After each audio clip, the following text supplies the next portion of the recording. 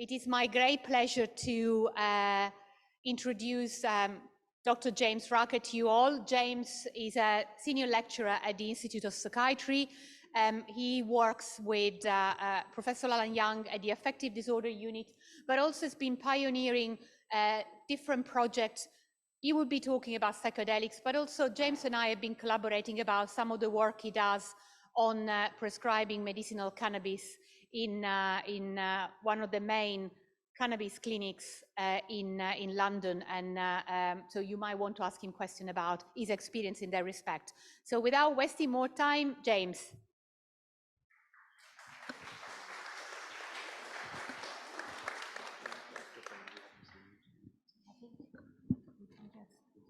Yeah, and I think you can use this one. Can you hear me? Okay. Use this one, James, so maybe that needs to be switched on. Okay. Can you hear me? Yes, definitely you can. Thank you so much, Marta, for the kind introduction and for the invitation to speak here in this wonderful venue. It feels slightly appropriate to be talking about psychedelics given their rich history.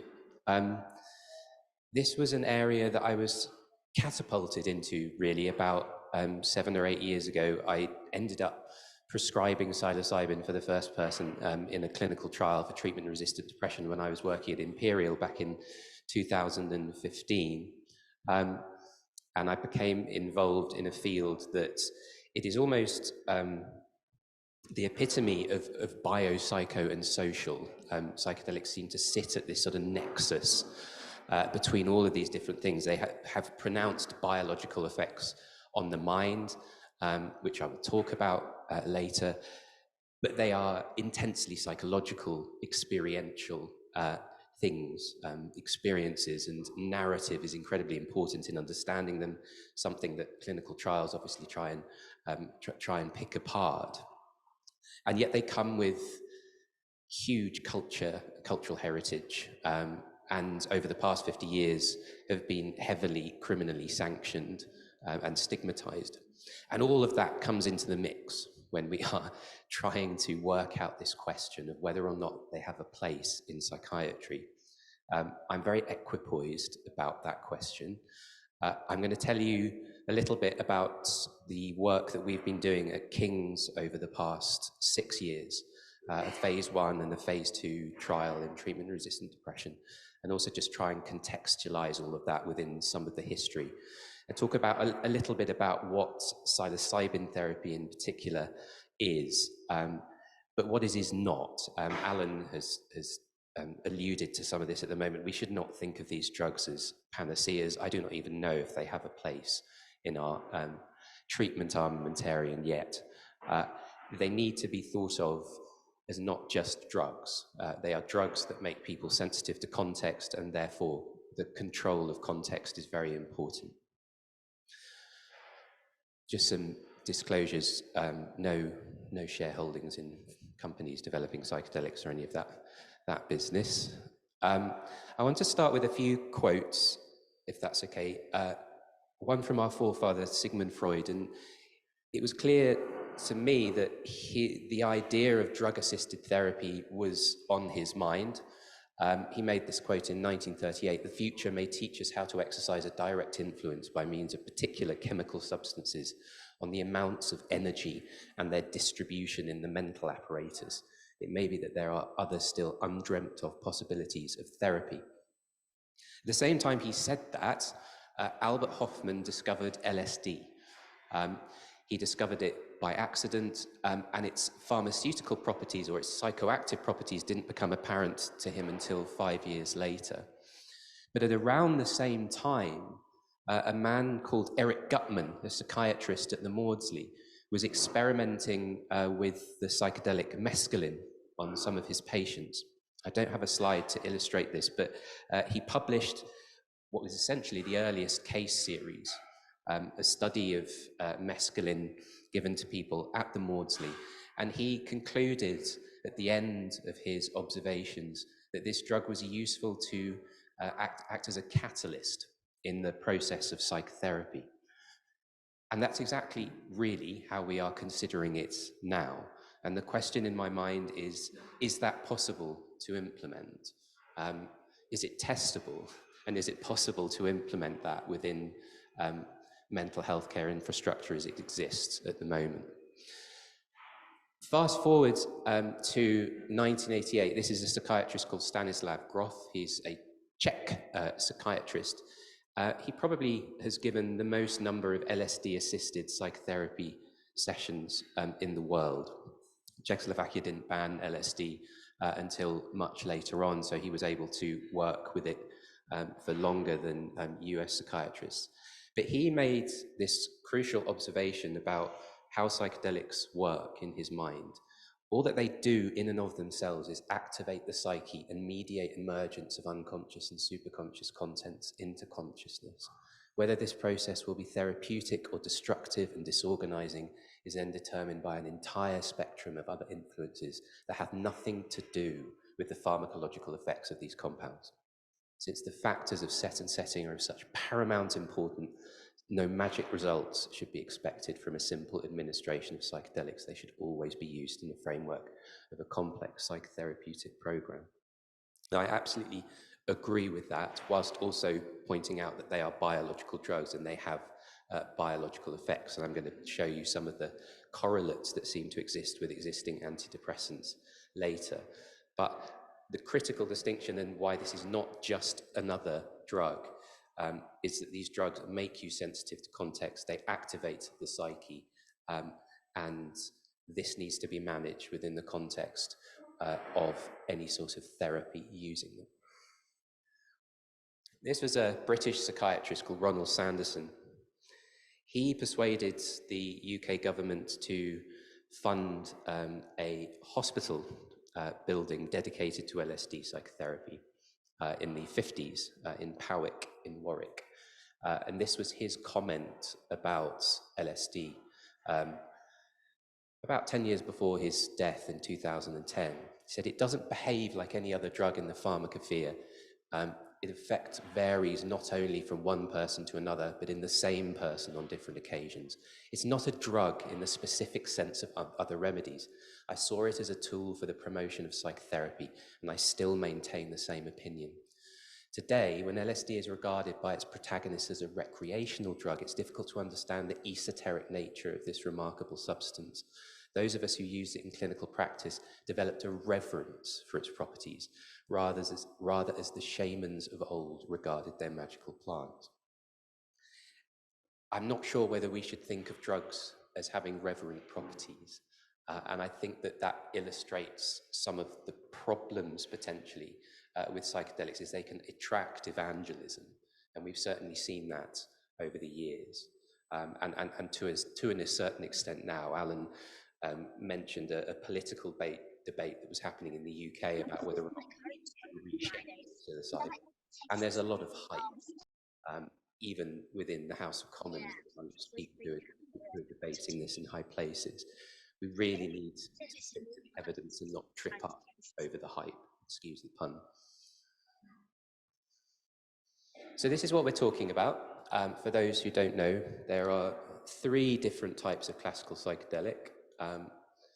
Phenethylamines are a huge class of drugs. They include the amphetamines. Mescaline is an archetypal example of a phenethylamine. It's produced naturally in this cactus, the peyote cactus, but also in San Pedro. History for the use of mescaline stretches back thousands of years, maybe even further than alcohol. It's used in indigenous North American ceremonies, still to this day. The tryptamine psychedelics are the ones that have attracted the most interest in modern times. We're most interested in psilocybin, which is being pushed through the standard clinical trials pipeline at the moment. And you can see how structurally similar this is to serotonin here, along with dimethyltryptamine here. And these are broad serotonergic partial agonists. So they stimulate a wide variety of serotonergic receptors, all of them, in fact, except for the subtype 3. But the subjective effect, as I will go through, is mediated by the type 2A serotonin receptor. Again, both produce naturally, both have long histories of use by various geographically distinct cultures from antiquity. In fact, the only compound here that is not natural is the psychedelic we most know in the Western world, and that's LSD, lysergic acid diethylamide. You can see that it's a more complex molecule, an ergolide, an ergot alkaloid, but that's actually just a more complex form of tryptamine. You can see the tryptamine moiety here. The reason why I've got an ear of wheat here is for this slug-like structure hanging off it, and that is a fungus. It's a fungus called Claviceps purpurea, and it naturally produces ergot alkaloids, two of which are useful in medicine, ergometrin, which stops postpartum bleeding, and ergotamine, used as a treatment in migraine. And it was for this reason that Albert Hofmann, the chemist who discovered LSD in 1938, was investigating derivatives of chemicals produced by this fungus, one of which is lysergic acid. And lysergic acid diethylamide was the 25th derivative of lysergic acid that he synthesized.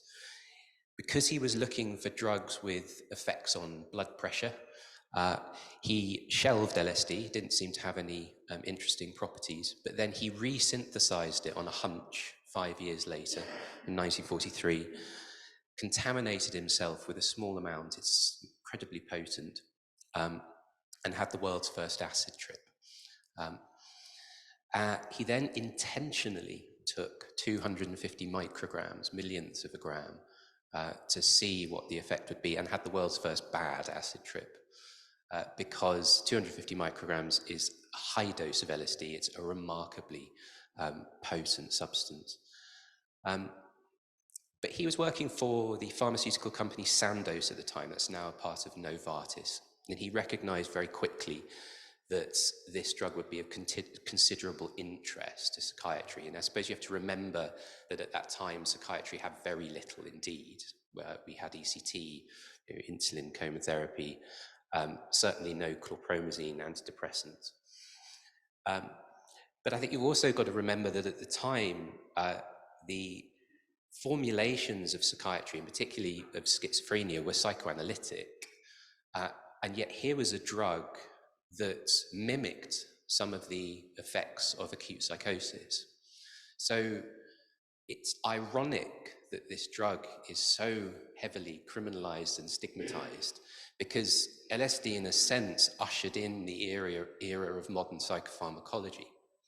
It showed that here was a chemical cause for psychotic symptoms, which were the great mystery of psychiatry back around that time.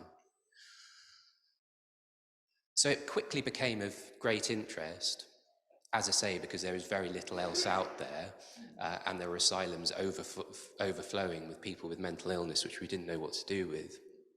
But it also became of considerable interest because the pharmaceutical company Sandoz gave it away for nothing. So as a psychiatrist, you could write to them and say you wanted to try this out on your patients, and they'd send you a box. And this was the basis of modern research, well, not modern research, but research from the 50s and 60s using LSD. It was initially tested on people with schizophrenia. It didn't work, it made them worse. But it was then tested on people in depression, anxiety, obsessional neuroses, and alcoholism. And here, in the context of ongoing psychotherapy, it seems to act as a form of catalyst by disturbing the mind, by amplifying the psyche. It seems to allow the emergence of material that could then be used in ongoing psychotherapy. And that is the basis of what we are doing with psilocybin now. So this is a timeline of psychedelic therapy.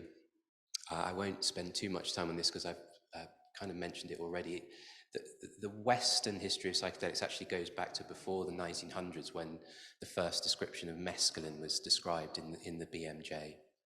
As I've talked about, LSD was synthesized in 1938 and then marketed as Delicid by Sandoz in 1947.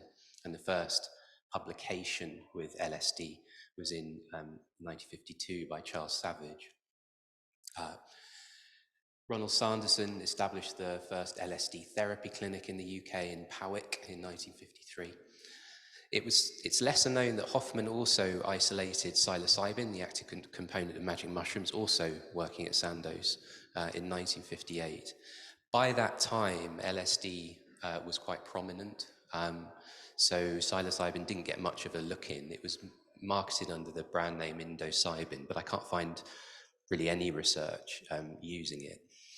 And around this time, psychedelics diffused out of the clinic onto the street and became caught up in what was essentially a moral panic about drug use that also became embroiled around the Vietnam War, the battles against communism in the United States, etc. And it was because of these political concerns, but also because of concerns about the toxic psychological effects that psychedelics can have when taken in the wrong context, that Sandoz ceased supply and production of LSD in 1966, and then psychedelics were added to Schedule 1 of the Controlled Substances Act and the UN Convention on Drugs in 1971. And that schedule meant that all research stopped because it prevented medical prescription without a special government license, which governments weren't willing to give around that time. We then had 40 year pause in research, and then this very tentative re-exploration of psilocybin this time, with the first trial in treatment-resistant depression appearing in 2016 out of Imperial College, London. And then a trial I'll tell you about in a little bit that we published late last year, a multi-center phase 2b trial.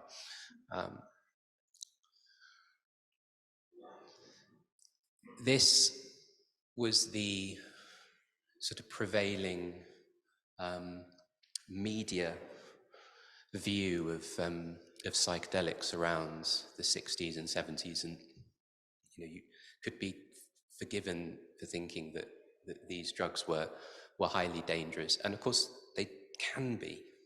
They're physiologically rather benign, but psychologically they can be very toxic in the wrong circumstances. But nonetheless, it just gives you a flavor of the message that was being promulgated in society at the time. I've already mentioned this, how the drugs were caught up in this sort of political fury about what to do about recreational drug use, and how this became embroiled in conversations around communism and the battle against it. But actually, when this is a picture of people under the influence of psilocybin in our research facility, this is the reality of people being given 25 milligrams of psilocybin. They lie back restfully and trip, but they are not violent or difficult, generally speaking. It's very much an internal process. I don't, generally speaking, worry about signing prescriptions for psilocybin when it is contained within this sort of environment. So I just wanted to illustrate that in terms of what we're dealing with here, and I want to make a very clear distinction between psychedelics used recreationally and psychedelics used medically. It is a completely different thing, and we should be careful not to conflate the two things. So this is what we're talking about, and this is what we're testing at the moment, the psilocybin-assisted therapy paradigm.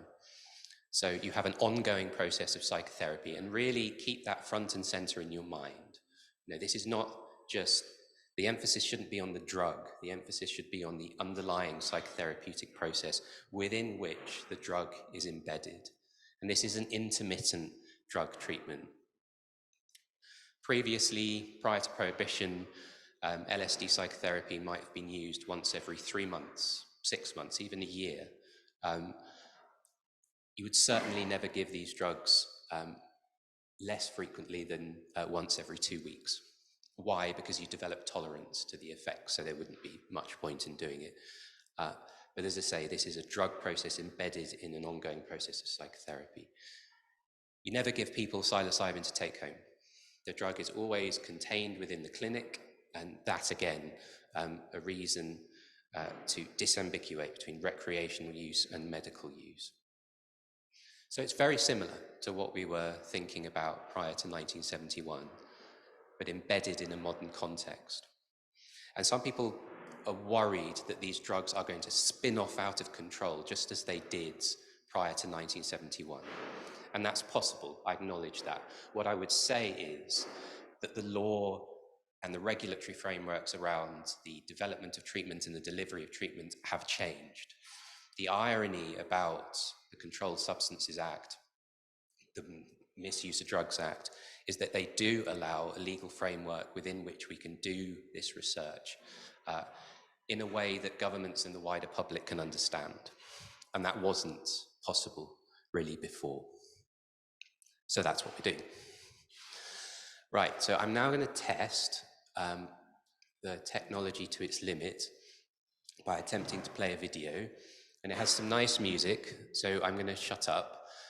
The reason why I play this video is to give those of you who have never taken a psychedelic a little bit of an insight into what taking a psychedelic might be like. But what I'd like you to do, obviously this is visual, but what I'd like you to do is imagine this process applied to all forms of perceptual experience and thought experience, about how it might apply to sound, smell, thought process, etc. That gives you a sense of how psychedelics change things. This is from a phase 1 trial, the picture of which you saw a few slides back. And round the circle here, you can see how people rate different facets of experience under the influence of psilocybin. This is on a visual analog scale called the 11 Dimensions Altered State of Consciousness Questionnaire. And you can see those 11 dimensions plotted around the circle there. I think the most concise description of a psychedelic I ever heard from one of the participants in our trial, it was like a waking dream. So it was like I was dreaming, but I was aware I was dreaming and I could remember it afterwards. So I'll play the video now.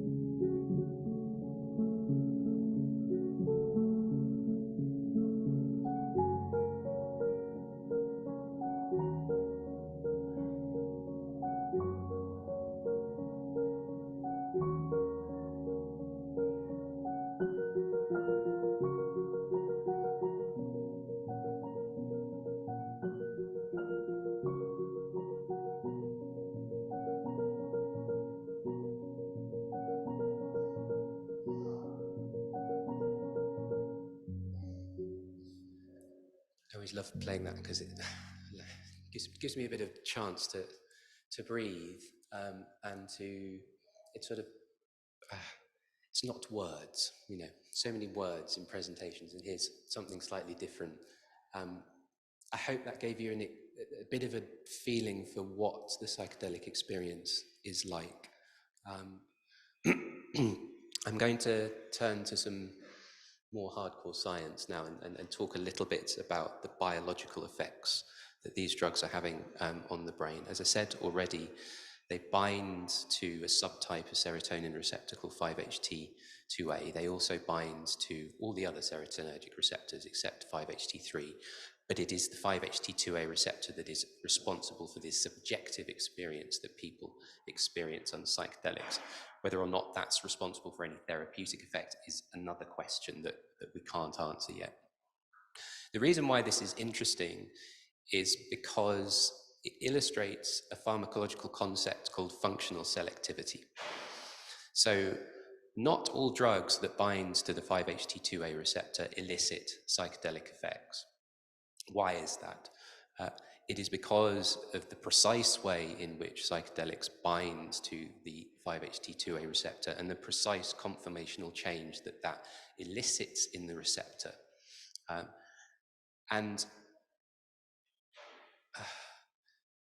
The 5-HT2A receptor is attached to two downstream second messenger systems. This is as complex as it gets, I promise.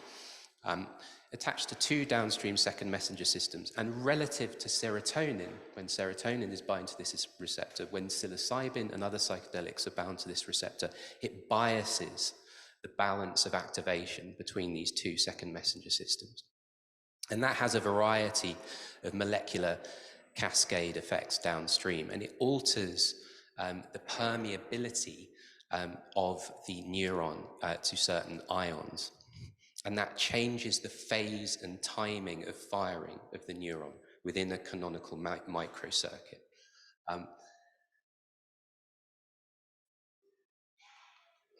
And we don't know beyond that really what is happening within the brain. We know that psychedelics are analogous in some way to ketamine in their mechanism of action. Jalan spoken about another drug with fast-acting antidepressant properties.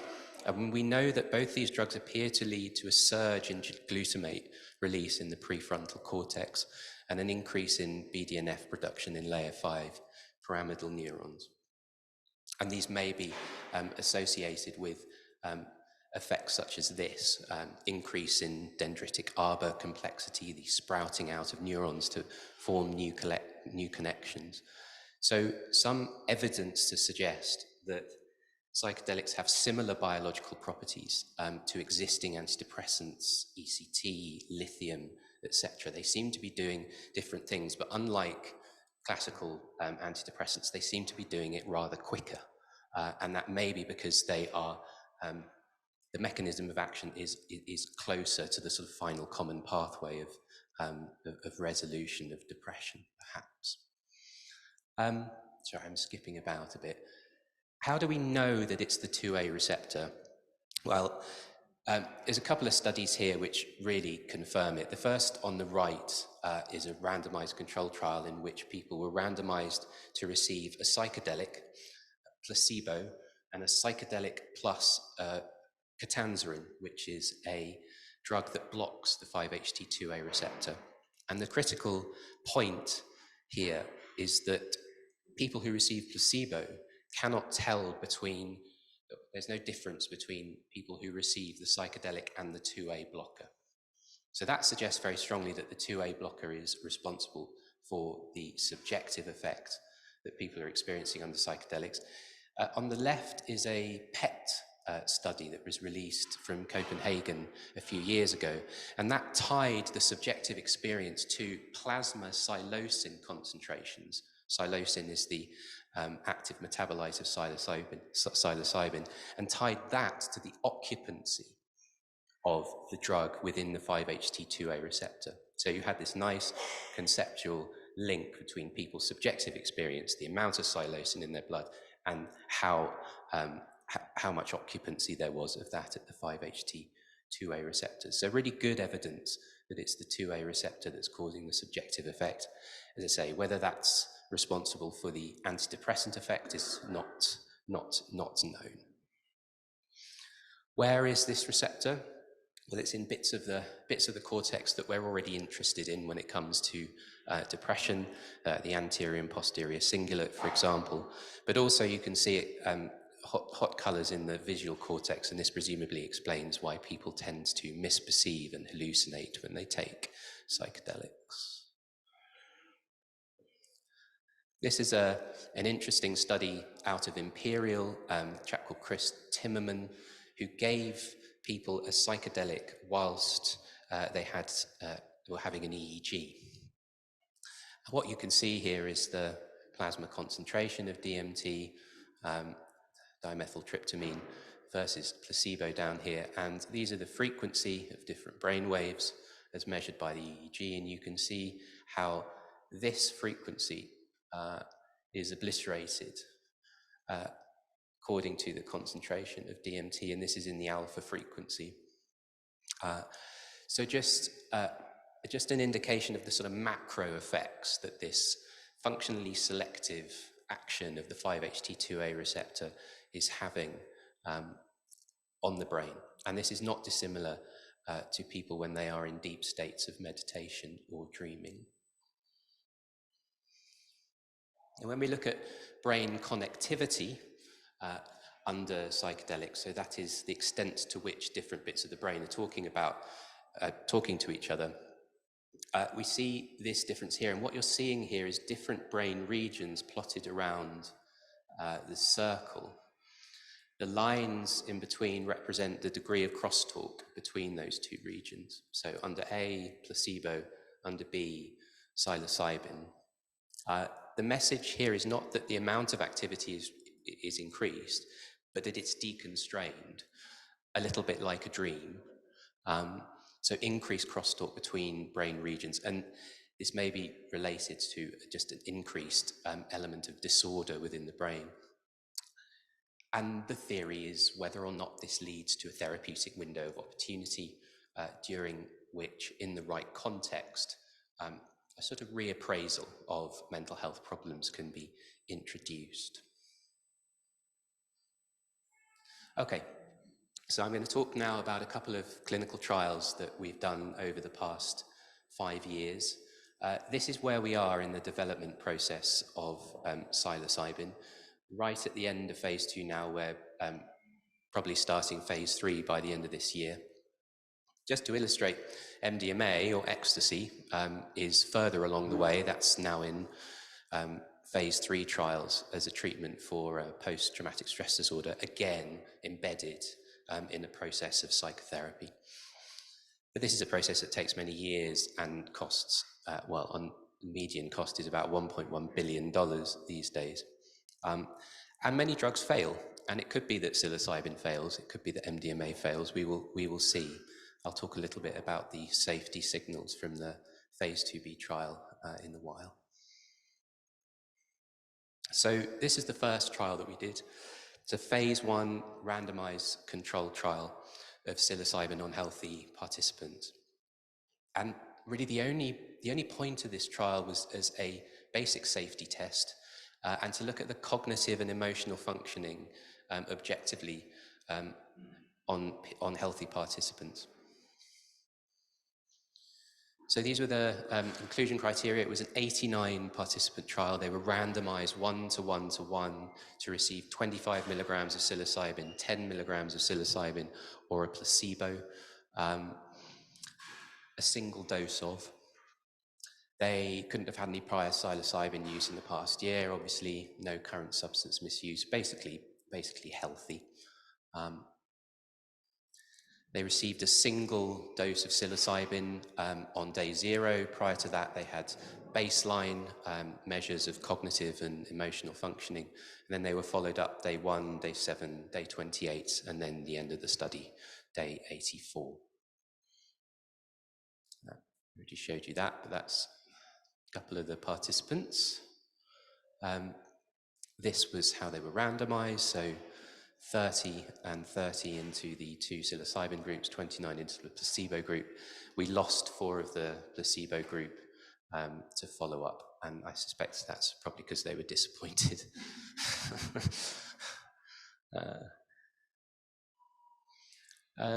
This was the schedule of assessments that we did. I'll go through these in a bit more detail in a minute. We essentially used the CAN tab, which is an established cognitive and emotional functioning battery. What we also did in this trial, which actually was unique, was that we gave psilocybin to more than one person at a time. No one's done this before, and we were slightly tentative about doing it, but we actually gave psilocybin to up to 6 people at a time. You saw 2 of them in the photo there, but actually 2 of them were behind them as well. But we had a maximum of 6, and that worked out fine.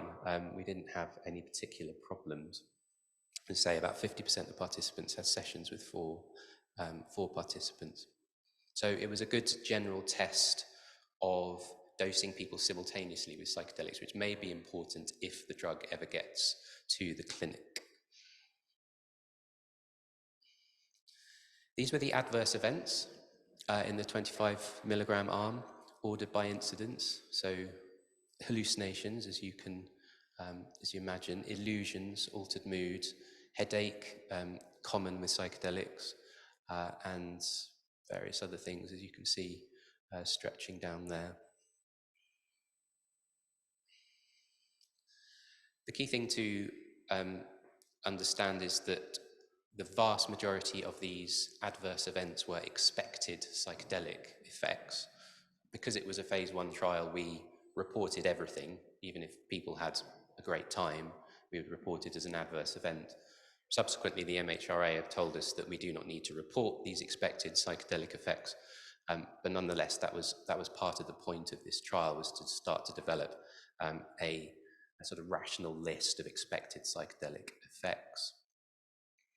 The vast majority occurred on the day, resolved on the day. Very few hung over onto subsequent days. And this just illustrates that here. So if you had an adverse event on day 0, how long did it last? For the vast majority of people, it had finished by day 0. For a small proportion of people, the events carried on. These events that did carry on were not psychiatrically concerning issues. We categorized all the adverse events that concerned altered mood. 11.2% of all AEs were coded as mood alters, but 96.5% of those reflected what could be perceived as a positive mood change, and 3.5% reflected what could be perceived as a negative mood change. I'd only say that obviously that's biased by our own subjectivity, so take that into account, but nonetheless, not a concerning picture. So no serious adverse events in this study, and there were no adverse events that led to a participant withdrawing from the trial, which is the main message when it comes to safety. 92% of psychedelic effects resolved by the next day. The remaining were most usually positive. There was 1 instance of negative mood on psilocybin, 10 milligrams. So a fairly good clinical safety profile when the drug is delivered in a safe and supportive context. People had psychotherapists sitting with them whilst they were given psilocybin. Right, so I'm just going to quickly go through the cognitive tests that we did with the CAN-TAB. We focused on tests of global cognition, episodic memory, working memory, executive function, sustained attention, emotional perception, planning, and cognitive flexibility. Sorry, it's an old slide. This has all been published now and peer-reviewed.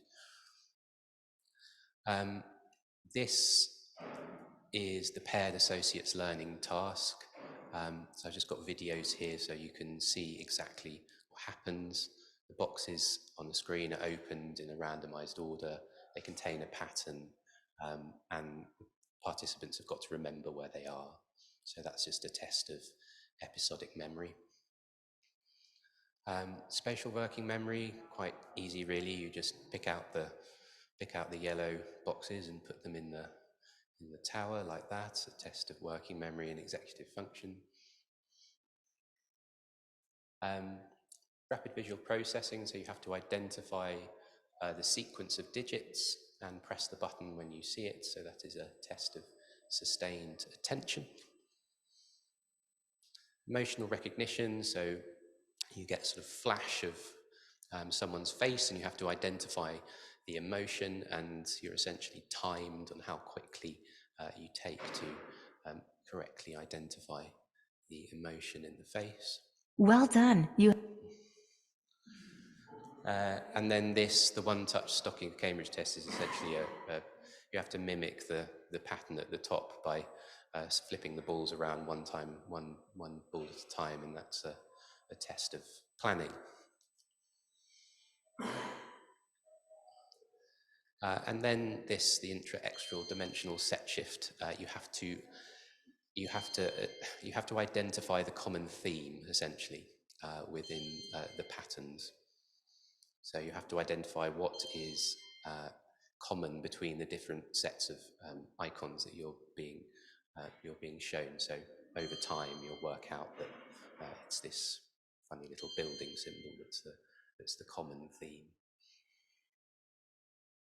And these are the results. So on the left, you have baseline, then you have the scores at day 8 and scores at day 29. In the green, you have the 25 milligram group, in the blue, the 10 milligram group, and in the grey, the placebo. You can see there's no significant changes in episodic memory, no significant changes in spatial working memory, no significant changes in executive function and working memory, and no significant changes in sustained attention. And this is a composite of 3 of the tasks, which is used as a sort of general cognitive ability. Again, no difference between the groups. This is possibly the only result of much interest, although it's not significant. You do see this sort of dose-dependent effect on the emotional recognition path, so people seem to be able to identify emotions a little bit quicker once well done. After given psilocybin. Sorry about that. No difference again with the one-touch stockings of Cambridge, the planning test. So basically no difference, either positive or negative, from a single dose of psilocybin on cognitive effects and emotional effects at day 8 and day 28. Surprising? Not really. Were we expecting big pro-cognitive effects of a single dose of psilocybin? No. I was actually very reassured by it that this trial was negative. I would have been suspicious if it had been positive. It's possible that psilocybin may have pro-cognitive effects and we were underpowered to detect an effect, but I think it's more likely that single doses of a drug we should not expect magic effects from. So this was a test. This was can we give this drug safely at King's, and what were the key safety features? And we concluded that it had an acceptable safety profile.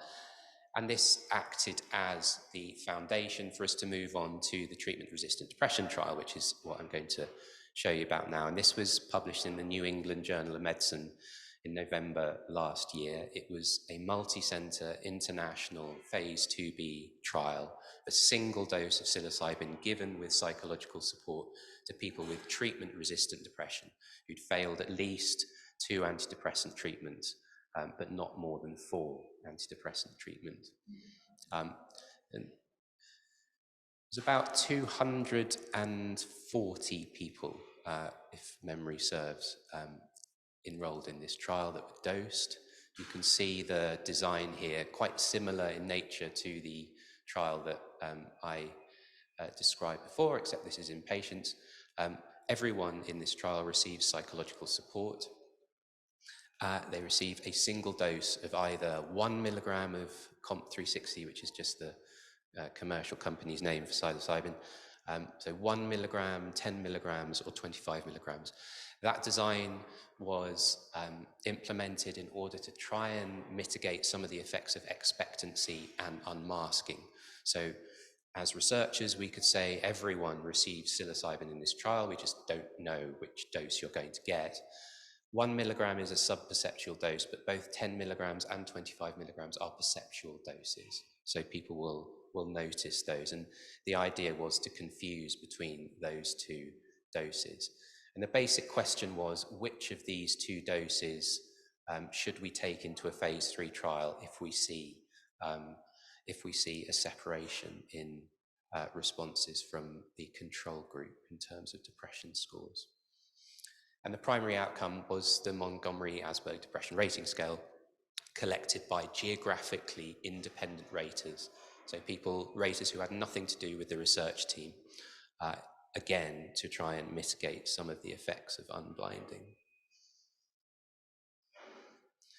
So this is how people were randomized. One of the important things to notice about this trial is that the vast majority of people did not have prior psilocybin experience, and that's been a problem in the earlier phase trials. It's that people who tended to think that psilocybin worked for them volunteered for the trials, which clearly is going to bias the results. In this case, the proportion of people who did not have prior psilocybin experience is matched to the population prevalence. And these were the results. You have day 2, week 1, week 3, week 6, week 9, and week 12. You're looking at the change in the Montgomery-Åsberg Depression Rating to Scale total score from baseline. And you have the 1 milligram group in grey, as before, 10 milligrams in green, and 25 milligrams group in blue. And we saw a statistically significant and clinically significant separation between the 25 milligram group and the 1 milligram group, started at day 2 and remained significant until week 6. Just to remind you that everyone in this trial received psychological support, so that is a constant between everyone in the trial. So on the face of it, and I'm going to go through a little bit about why I say on the face of it, this looks like a nice result, a nice sort of dose-dependent effect of psilocybin, but obviously there are other ways of interpreting that, and I'll talk about that in a little bit. This is another way of looking at it. So I don't know why this always happens. This is looking at people who respond on the MADRS, that is to say, a 50% reduction in their MADRS scores compared to baseline, and you can see the proportion of people who exhibited a clinical response in the 3 different groups, significantly more in the 25 milligram group than the 10 or 1 milligram group. Still a good going placebo response and response to the psychological therapy, which I think is reassuring. And this is looking at remission, so people who lost their depression diagnosis, essentially. Of course, percentages are somewhat lower here, but still at week 12 you have 26.6% of people are in remission after 25 milligrams of psilocybin.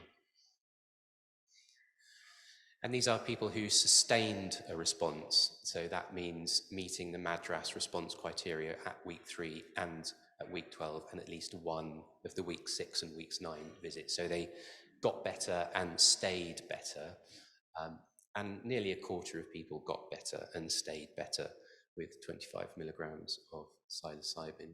Remember, this is a treatment-resistant group.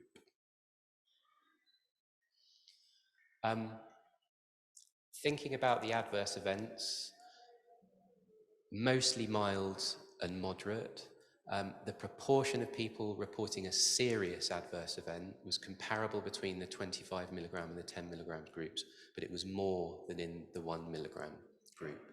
So we did see the emergence of suicidal ideation and suicidal behavior in some people that received 25 milligrams and 10 milligrams of psilocybin. In a sense, it had a sort of similar feel to that which we observe with SSRIs. We had one such instance in our centre. My observation of it is that it's complicated, and it seems to be related in part to the unmasking and unblinding. So if you are aware that you've received psilocybin and then it doesn't work, it compounds depression with disappointment, and this can then lead to desperate and difficult behaviour. Could also be a biological effect of the drug. I think that's unlikely because the temporal causation was not linked to the initial dose of the drug. So we weren't seeing suicidality on day one. It was further down the line. So more a sense of a psychological process mediating this. Right, so we move on to phase 3 at the end of this year and watch this space, but that's, I think, as much as we can delineate from this trial. And I just want to finish really, well, not finish actually, I've got a little bit more to talk about, but just talk about drug versus expectancy effect.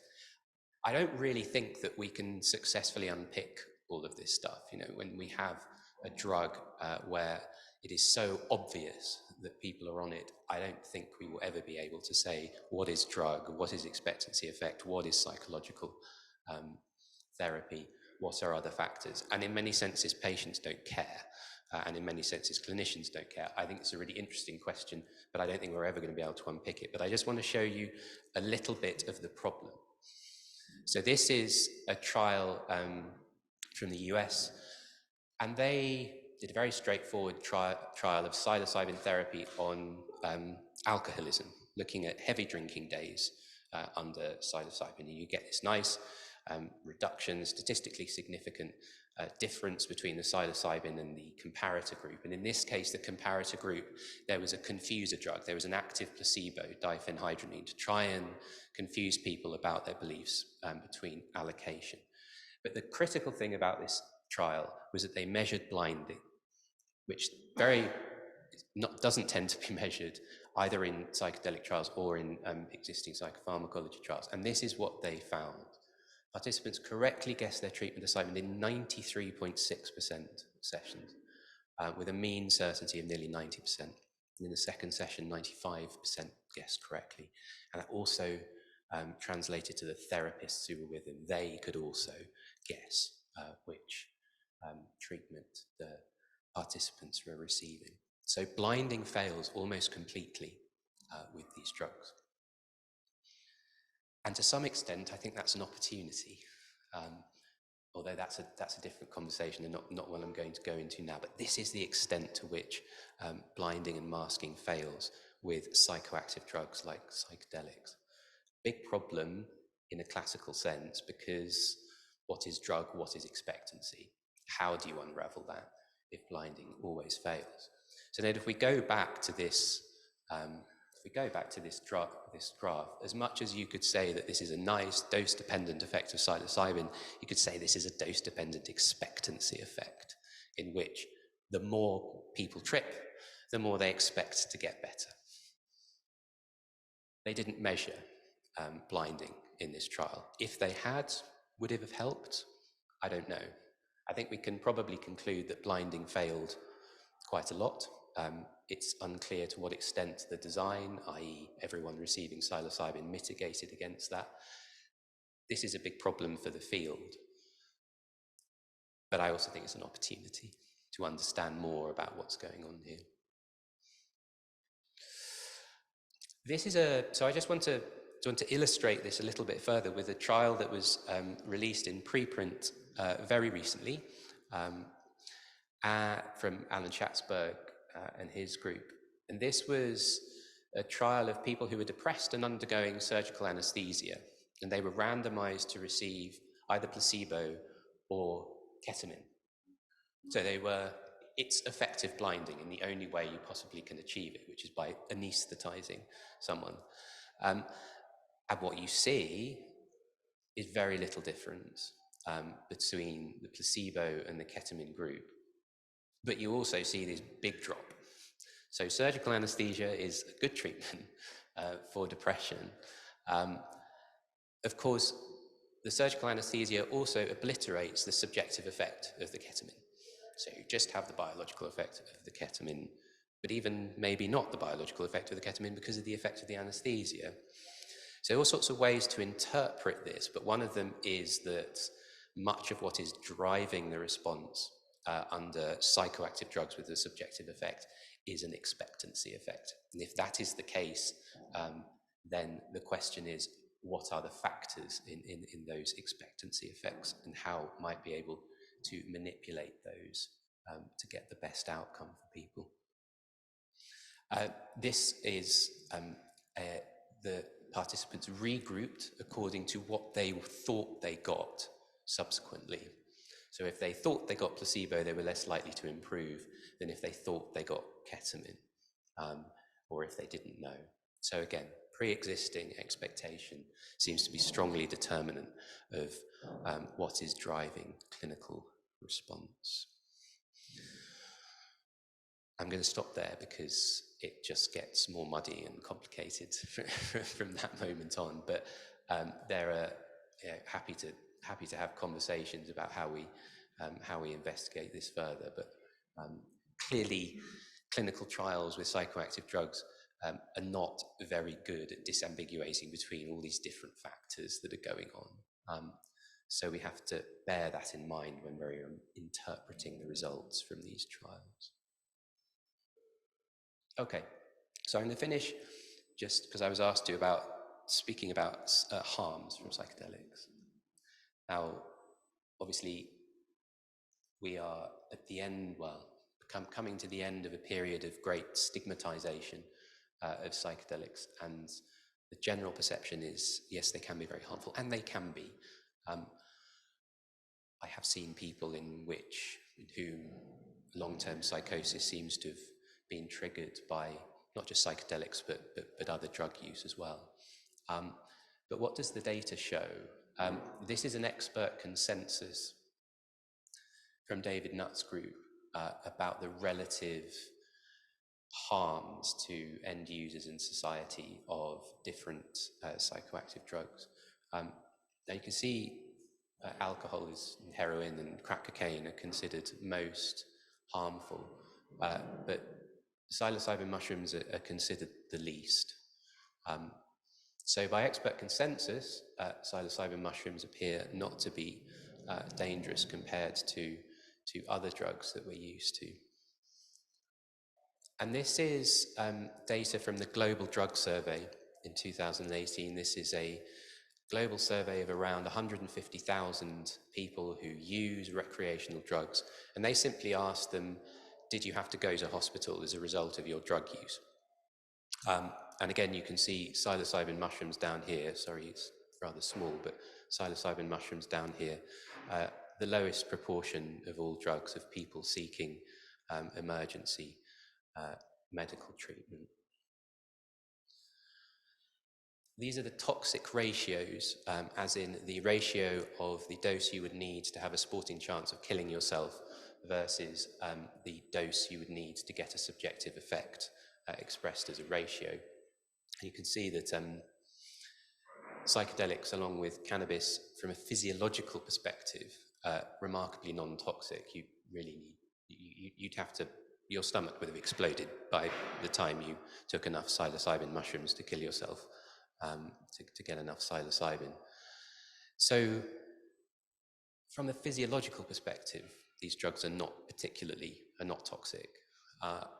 Obviously, from a psychological perspective, they can be, but that brings into effect, again, the context in which they are being consumed. And as I say, I just want to make this clear distinction between what we're doing medically and what happens recreationally. They're two very different things. This was just a study by my PhD student, Emma Copra, who looked in a bit more detail at emergency medical treatment following magic mushrooms. And just to illustrate, there were more than 9,000 people responding to this bit of the survey. Only 19 of them reported seeking emergency medical treatment, and only one of those reported symptoms beyond 24 hours.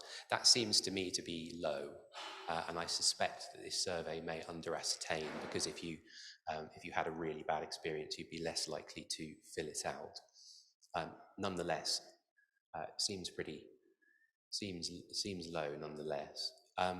And these are the symptoms that people reported using psychedelics. So you can see a high proportion of anxiety, paranoia, suspiciousness, hallucinations, etc. Kind of what you would expect given the drugs, given the mechanism of action of the drugs.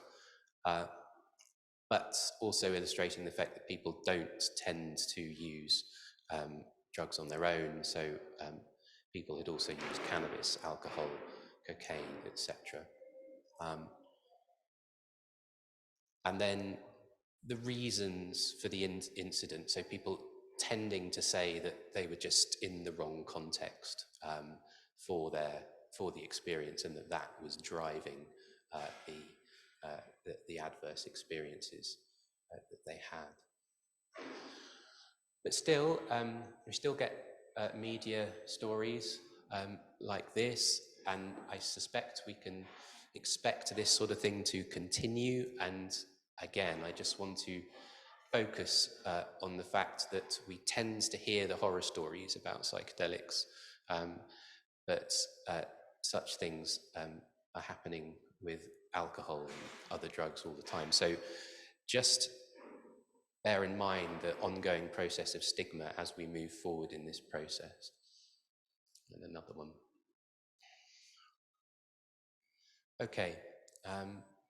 At the same time, we have evangelical articles such as this. This is the founder of the Multidisciplinary Association of Psychedelic Studies, Rick Doblin, adumbrating about the power of psychedelics to change humanity for the better. We need to occupy the middle ground here. The evidence needs to speak for itself. So I'd encourage you to do that. Ignore the evangelist as much as the demonizers. Stick to the science, and we will see where we go with this. Finally, this is the death rate from psychedelics, the National Crime Survey from the UK. So you're looking at death rates from different drugs, opiates here. What have we got here? New psychoactive substances, paracetamol, benzodiazepines. Psychedelics, I actually had to ask them for the data because they don't routinely publish it, but it's very, very low. In fact, it sort of flat lines right down here. It's basically the x-axis. And when you look at the number of actual deaths reported in this period in the UK between 1993 and 2020, this is measured by looking at death certificates. These are the number of deaths that you see per year in which psilocybin or LSD are specifically mentioned on the death certificate, so vanishingly little. So a summary, quite benign drugs. They do have the potential for psychological toxicity in the wrong circumstances. They may have utility, particularly in non-psychotic mental health problems. I've concentrated on treatment-resistant depression, but they may have a broad cross-diagnostic utility in anxiety disorders. We're doing trials in PTSD and anorexia at the moment. But they're not just drugs, and you can't just give them to people to take home and expect them to be effective. No, they have to be delivered within a psychotherapeutic framework, and for safety, they have to be contained within the clinic, in my opinion. The irony of current regulatory frameworks are, although we've stopped us from researching the drugs for many years, actually they provide the right structure in which to do so now. And I just want to finish by saying that psychedelics, in a sense, have ushered in a little bit of have given a boost to effective psychopharmacology, which I think was kind of in the doldrums a little bit. These are serotonergic drugs. They allow us to probe the serotonergic system to understand more about how mental health problems, affective disorders in particular, are related to serotonergic psychopharmacology. And that's a good thing. I don't know where this field will go, but I know that new knowledge will come as a result of it. So that's it. Thank you for your kind attention, and any questions?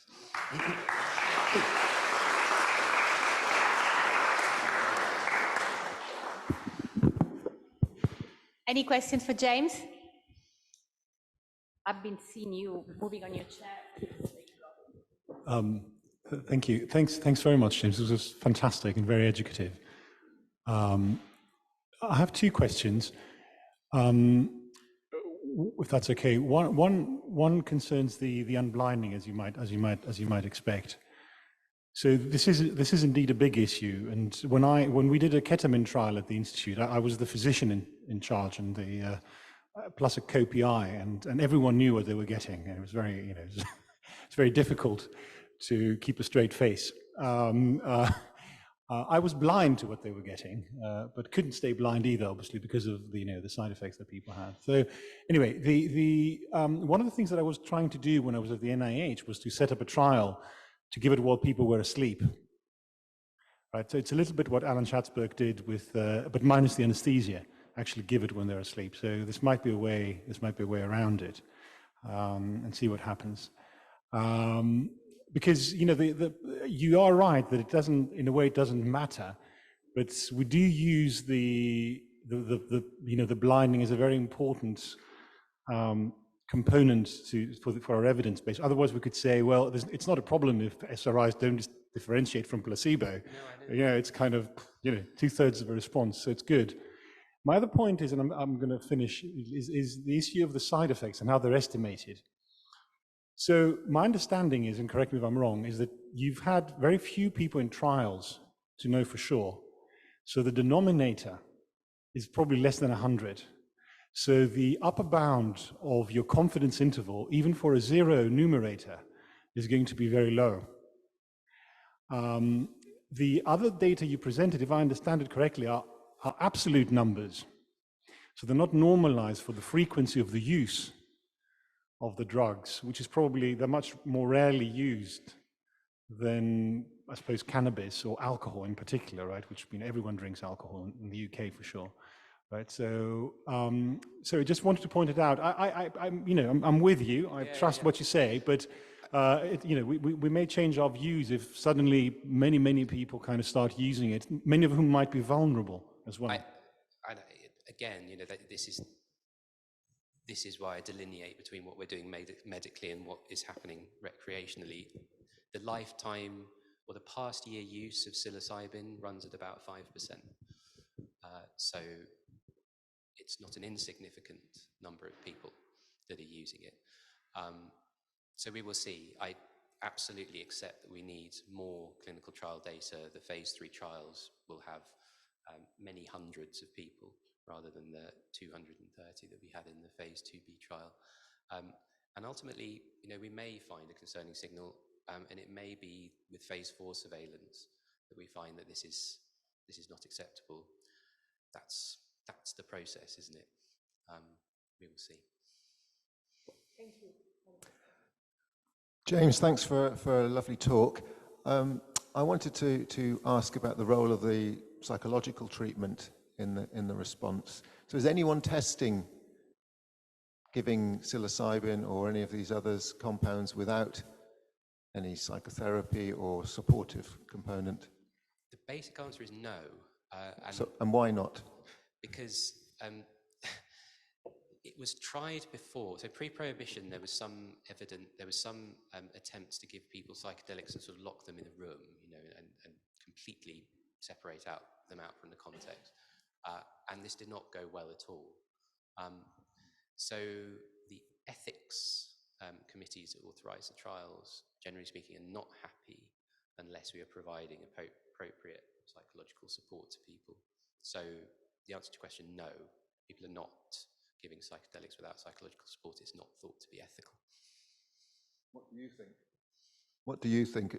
Given that, now we've got experience of using it and we wouldn't lock someone in a room and throw away the key, could it be done safely without a psychological therapy? I mean, obviously, people would have to have the usual kind of safety monitoring that you would have. I wouldn't be happy to do it, actually.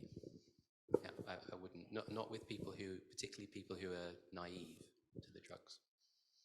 I think there's another way of looking at it, which is, at the moment, we seem to have a model with ketamine where when we give it, we give support, but it's much more medicalized. It's like a trip to the dentist. I always say it's like a trip to the dentist for a checkup, not an extraction. And, it's very medicalized, and that's considered to be, the correct modus operandi. The psychedelics, it's a different type of context and it's a different type of setting. And I'm not sure which is the better one, but you have two different models. You could give psilocybin like it was ketamine, you could give ketamine like it was psilocybin. I suspect that there is a model of psychotherapeutic support that is optimal for maximizing the therapeutic benefit, but that's also got to be generalizable. Yeah, so the pharma company that's developing psilocybin has essentially developed a psychological support package that goes around a dose of psilocybin. And the way I see it working in the future, if it ever gets licensed, is that that package can be embedded into a longer process of psychotherapy. But it helps to delineate the psilocybin plus the support around it, which I think is critical from the underlying psychotherapy that might go alongside with it. James, there's a question online, I think you touch upon this, but saying, do you consider substance use disorder and previous frequent use of psychedelics as a contraindication, or is this the consensus in the trials that have been constructed so far? So in the most rigorous trial to date, we would exclude people with prior psychedelic use in the past year, and we matched the number of people with prior psilocybin use with the demographic population use of psilocybin to try and account for, these sort of word of mouth effects in early phase trials that are clearly going to bias the data. Nonetheless, you can't force people who don't want to volunteer for a clinical trial and who have negative perceptions of psilocybin to then volunteer for a clinical trial. So there's always going to be that element. Just a little bit more on the psychological support. In the trial that you did, was what you really offered really just a structure of support with helping with anxiety or difficult experience that, potentially any type of therapist could do? Yeah. Or was it really making an effort to look at what their issues were beforehand and doing any form of guided psychotherapeutic work with them through that period of time that they were under the influence of the drug? Yeah. So it's primarily a psychological support package that emphasized psychoeducation around the drug, so preparing people for the potential effects of the result of the drug, familiarizing them with the environment, so it wasn't, they weren't going into a new place, establishing rapport between the therapists so that participants felt comfortable with the people who were sitting with them on the dosing day, and then really being informed by what happened on the dosing day to provide 3 sessions of integration support. And what that looked like was, what happened to you? How does this inform upon your experience of depression and the drivers of it? What plan can you make going forwards to help compound positive change? So quite structured and manualized in that sense. Hi, Jakob Spüt from Switzerland, Zurich. I may sound like an echo of myself from the last session because I'm training to become a psychiatrist for the elderly at the moment.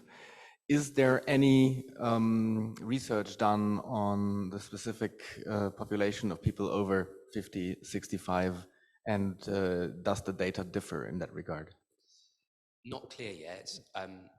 The commercial trials tend to follow the established dogma of excluding people over the age of 65, and obviously there's the problem of emergent dementia in people with depression over the age of about 55. I have a trial that we're running at the moment where we are stratifying between people who are 55 and under and above 55 and up to 80. So that should give us a little bit of data surrounding the older adult groups, but otherwise not aware that many people are looking at that. I think it's a shame because some of the data that we have from the phase 1 trial, I haven't showed this, but one of my PhD students looked at the predictors of negative experience within the healthy participants, and a negative predictor of negative experience is age, as in you're more likely to trip better if you're older. And given the physiological safety profile of these drugs, physiologically they're very benign. I sort of wonder if this group actually might respond quite well to psychedelics. But we will see. Yeah. Question here? I'm just curious about the support package and what that actually kind of looks like in terms of like number of hours that a patient spends with like a therapist, and in terms of like what are the ratios? Is it 1-to-1? Is it one therapist to multiple patients? Sure. So originally it was 2 therapists to 1 participant. It's now 1 therapist to 1 participant. We had to do 2 to start off with to satisfy the safety concerns of the ethics committees. In terms of the number of hours, we have up to 3 90-minute sessions before the experience, and then a full dosing day, which is about 8 hours, and then another 3 90-minute sessions after the experience.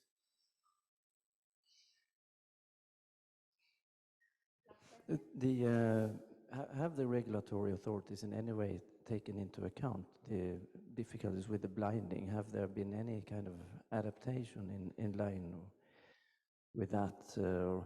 Will it move forward as planned?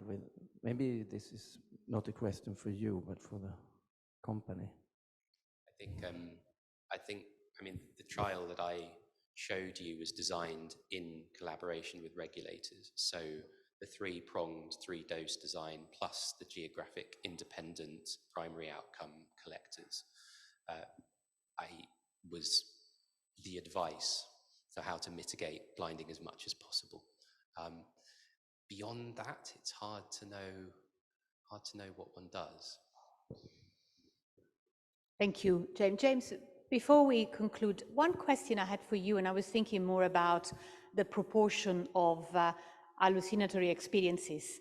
So when you look at that, how much of it is visual and what is the contribution of the other sensory modality? And the reason I'm asking you this, because I have worked my early days of psychiatry with people with visual impairment. And I was wondering if this is a population where, say, you succeed with the stage 3 trial, this might still be a useful compound, or we're looking at people who have been able to store images. I think the vast majority of people who experience these effects experience them visually. I don't know whether that reflects the fact that we are predominantly visual beings, or it reflects a biological effect of the drug. Probably the latter. Both. Yeah, but a bit of both, but the latter.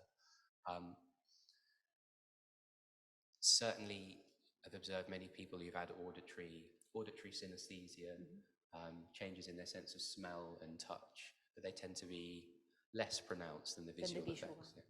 Thank you very much. So let's say thank you once again to James, and again all of you for your great questions.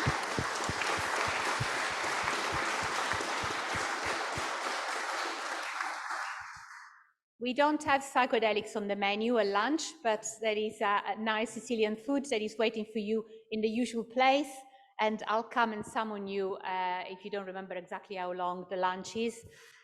One little, so this afternoon we have at the end the poster session, which is really 3 of your colleagues who are going to present on the screen and discuss the poster. And this is important because then you will vote tomorrow, and on your vote depends who gets the prize, which is a very special prize I won't reveal yet. So I would recommend you stay. At the end of the afternoon, for those of you like, I will walk you to the venue doing an add-on historical, artistic and anecdotal tour of whatever is the distance between here and the aperitif, which is not huge, including this wonderful square that you all seen this morning. So if you like to join me after the poster session, wait and we can walk together. Otherwise, you have the details of the aperitif venue in your email. In this wonderful building, there is also in a separate room a very famous painting, which is the painting of the Vucceria. For those of you who have looked guide tour of Palermo would have seen that the Vucceria is one of the famous markets of Palermo that we will walk by. We won't go in, but by when we do the historical tour. And this painting is by Guttuso, who is a neo-realism famous Italian, and I would say Sicilian painter. And he depicts this extraordinary market. And I'm thinking of that because I don't know if you've seen it, James, but if you do see it, or if you do take psychedelic after seeing it, I think it's a kind of imagery, a stimulation that well sort of suits some of the experiences on psychedelics, and you'll see what I mean if you have a chance to see it. It's in this building. It requires a ticket.